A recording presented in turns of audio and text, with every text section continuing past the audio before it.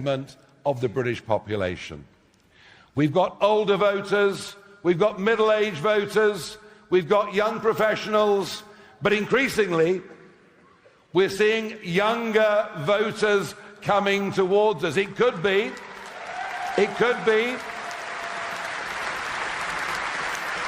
maybe something to do with TikTok.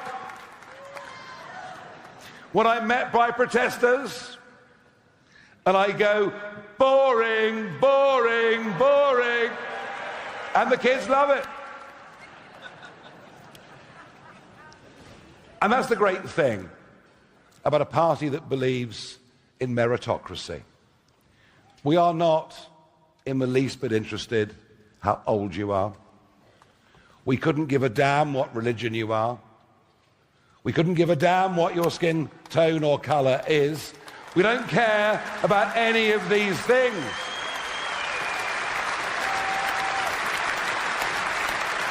We don't care about your gender. We don't care about your sexual preference. In fact, we'd rather not know, to be frank with you.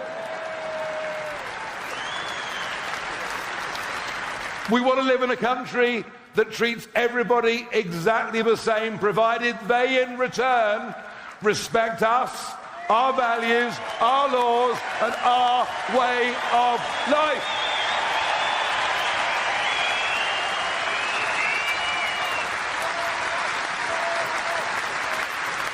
So let's make this clear. I didn't come out of retirement last year with a few weeks to go before the general election.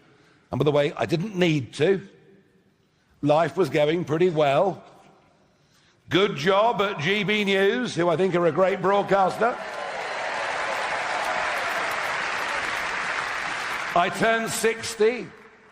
First two grandkids were born. I was going back and forth to America because I've got some friends over there. One of them's quite influential. I didn't come back into this because I needed a career. I don't need a career. I don't need a job. I came back into this because I genuinely believe, and Aaron Banks touched on it earlier. Isn't it great? Aaron Banks, our candidate for West of England Mayor. Go. Go. The Guardian will be choking on their bran flakes tomorrow morning. I can't wait. I think the BBC might struggle a bit too. Oh, and Channel 4 News and many others. No, I came back into this, as Aaron touched on, because I genuinely believe that if we don't arrest the level of economic and societal decline that we are rapidly going into, that within a few years, this country won't even resemble anything that we've grown up with, that we love, and we're happy to share with others.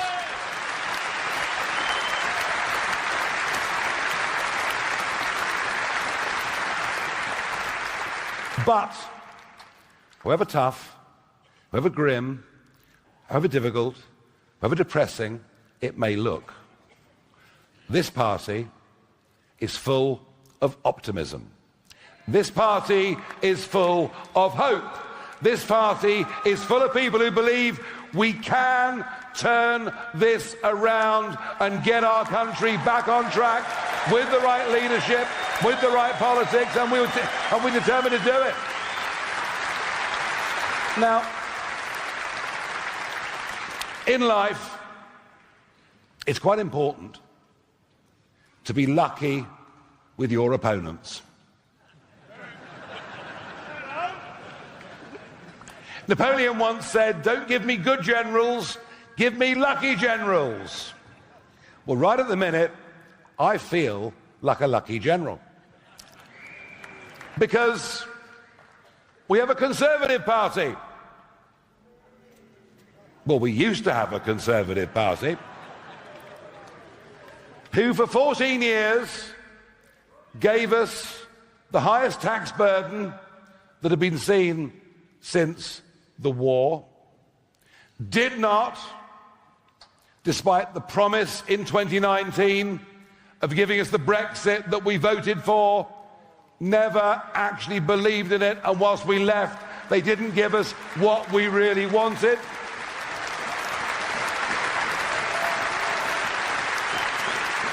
A Conservative Party who told us in the 2010 general election they would reduce net migration to tens of thousands a year, told us in the 2015 general election manifesto they'd reduce net migration to tens of thousands a year, told us in the 2017, I sound like an auctioneer now, don't I? Told us in the 2017, yeah, mind you, if I'm an auctioneer and it's the Conservative Party, I'm not seeing many bids in the room, I got to tell you. Who told us in 2017 they'd reduce net migration to tens of thousands a year, and told us in 2019 they'd use those Brexit freedoms to reduce numbers coming in and to stop unskilled migration happening on the level that it was. And what do we get?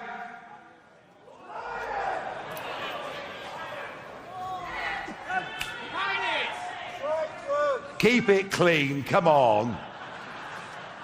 What do we get? We got the greatest betrayal of a massive democratic majority that we've ever seen in our lifetimes.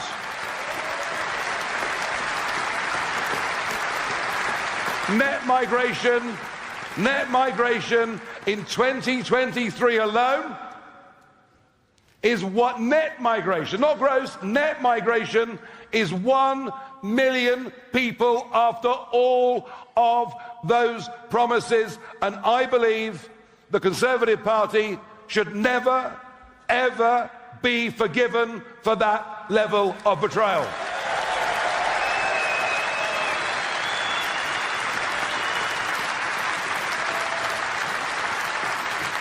But it could be that we're even luckier with our Labour opponents. Do you remember the big promises? Vote for us. Energy bills will be reduced by £300 a year. And yet from next week, energy bills would have increased by £300, not reduced, but increased by £300 since Labour came to power. They told us they were on the side of business. Yet, and this is incredible, this is truly incredible, not one of the 25 men and women that serve in this Labour cabinet, not one of them has ever founded a private company. Not one of them has ever worked in business. And the business secretary, Jonathan Reynolds, lied.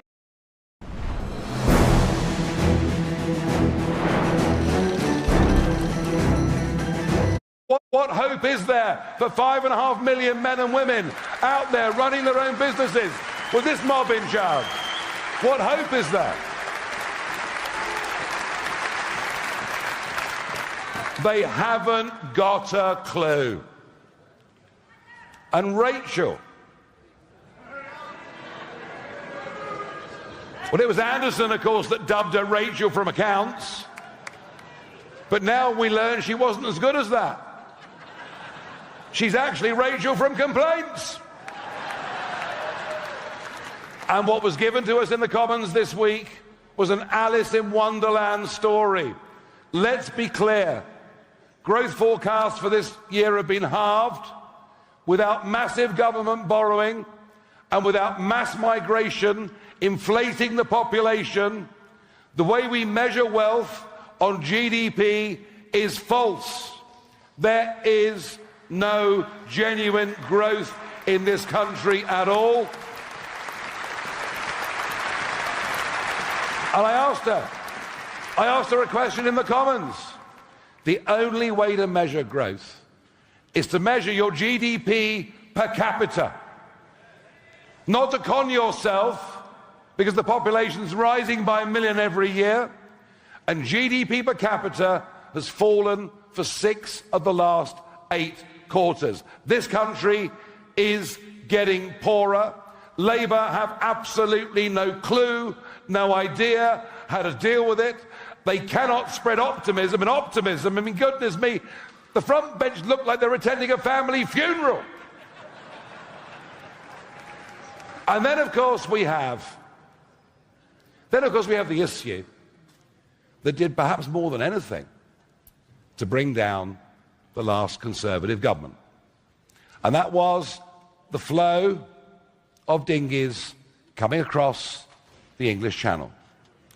Now, I'd remind you that I was pretty much on my own in 2020, going out into the Channel, making films, making videos, pretty much on my own.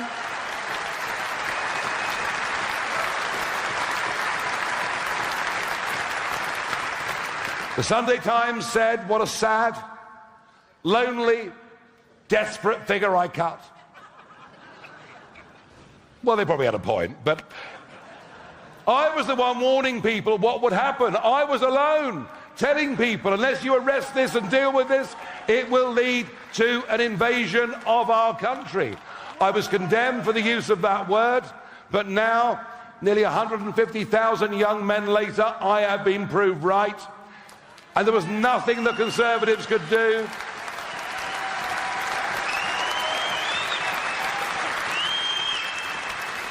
The Rwanda plan was doomed to failure because of our membership of a certain court in Strasbourg, which I might mention again in this little conversation. Smash the gangs was never ever going to work. And 2,000 young men have come in the last 8 days. That is unacceptable at every single level. None of them should ever be allowed to stay in our country. End of. End of. It's outrageous. And Labour also face some other challenges. You'll notice they're now trying to be a bit more careful. They're talking perhaps about cutting a few benefits. So rather than the benefits bill going from 70 billion a year to 100 billion a year in 3 or 4 years' time, it might only go up to 95 billion. I don't call that cuts. I don't call that dealing with it. But the Greens are not going away. There is a young generation of people who have been frankly indoctrinated at university, who think we're all about to fry to a crisp in the next fortnight, and they will go on voting Green. The Liberal Democrats have consolidated their position in much of the country. But the really big threat to Labour comes from the group that called themselves at the last election the Gaza Independents.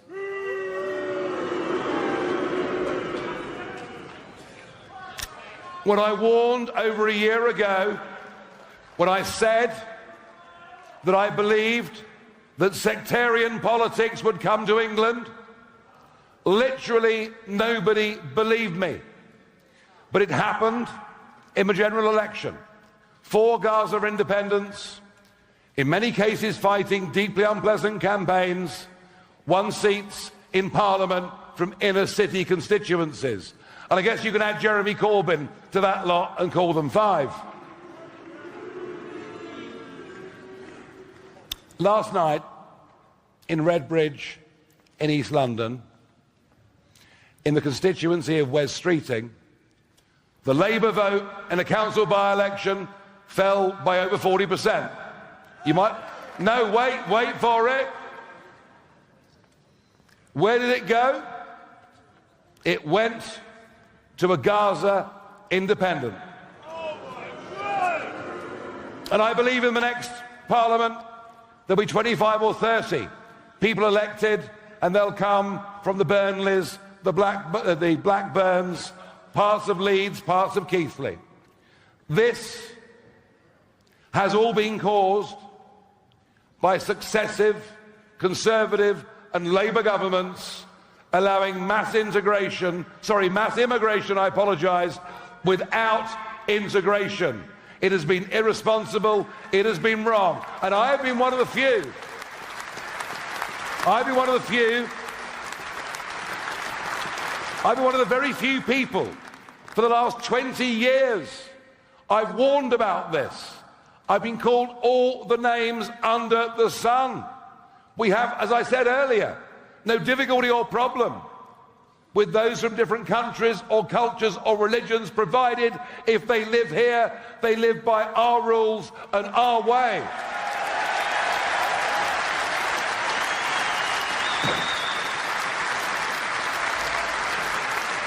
So look, I came back out of retirement to do this. I'm not mucking about.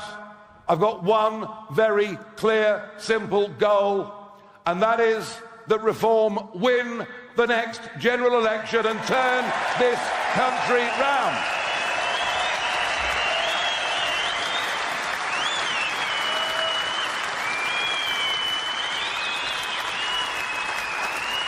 And a Reform government will leave the European Court of Human Rights.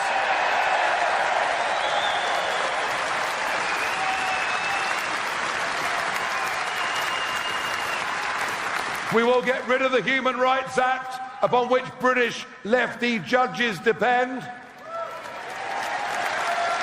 We will, to be clear, and by the way, if you read different on X over the last few weeks, sponsored by Indian bots, I suggest you ignore it. I will reiterate, nobody that comes into our country on the back of a lorry or via a boat will ever be given refugee status, will ever be given leave to remain. Nobody. Nobody.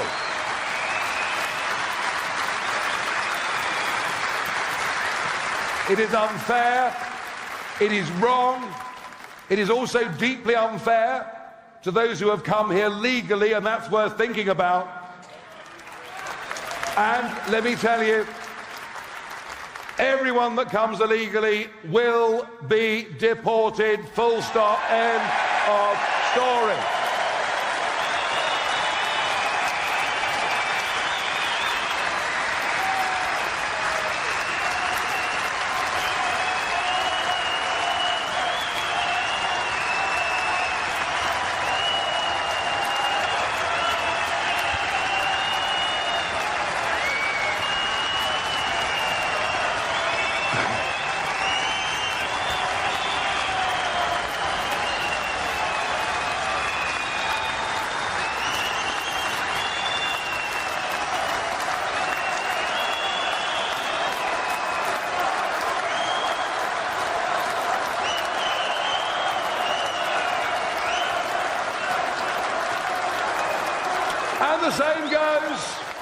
And the same goes for foreign criminals. I am sick to death of Article 8 of the Human Rights Act being allowed for people to stay here who've committed heinous crimes because they have a right to a family life.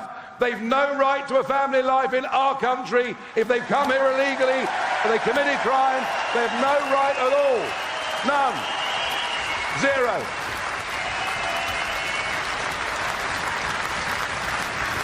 And we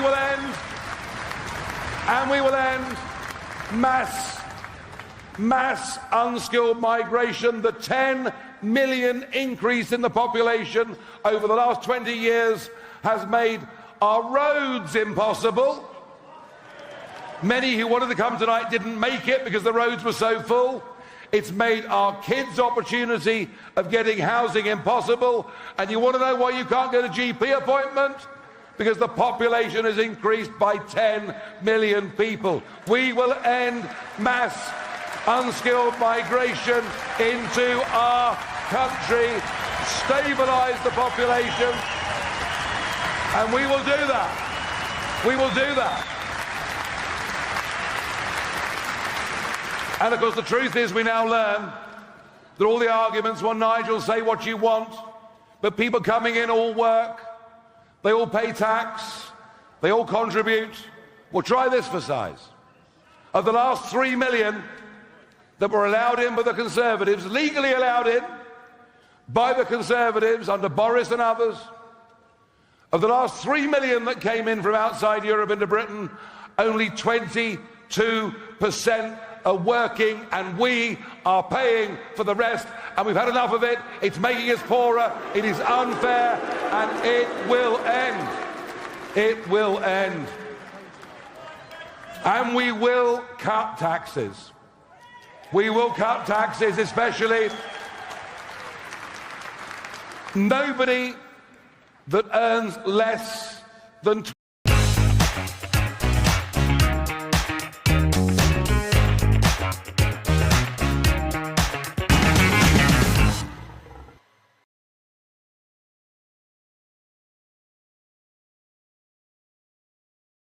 We want to incentivise those on benefits to get off benefits and go back to work and not have this nonsense.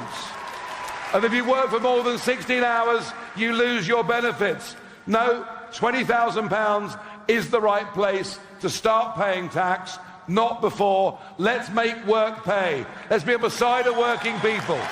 Let's do it. And we will recognise that there are millions of people of above pensionable age in our country, many of whom have worked for this country, served this country in the armed forces or elsewhere, who, because they've got a small private pension pot, despite the fact it raises very little for the Treasury, have cruelly had their winter fuel allowance taken away. A reform government will give them back their winter fuel allowance.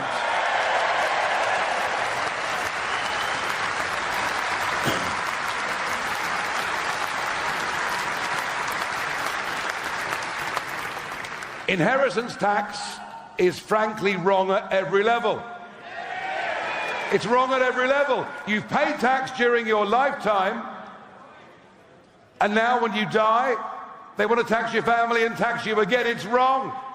And I have to say, the assault that is going on against our farmers and our rural communities is offensive in every way. It is disgusting, it is disgraceful, and we will abolish inheritance tax once and for all.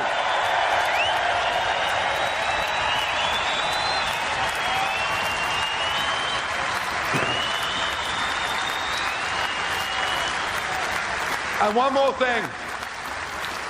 thing that you may need to think about a little bit more. It was announced today. Thank you very much at the back. It's very charming of you. Is that the best you can do? I had some proper protesters the other day in Doncaster. I enjoyed that more than they did.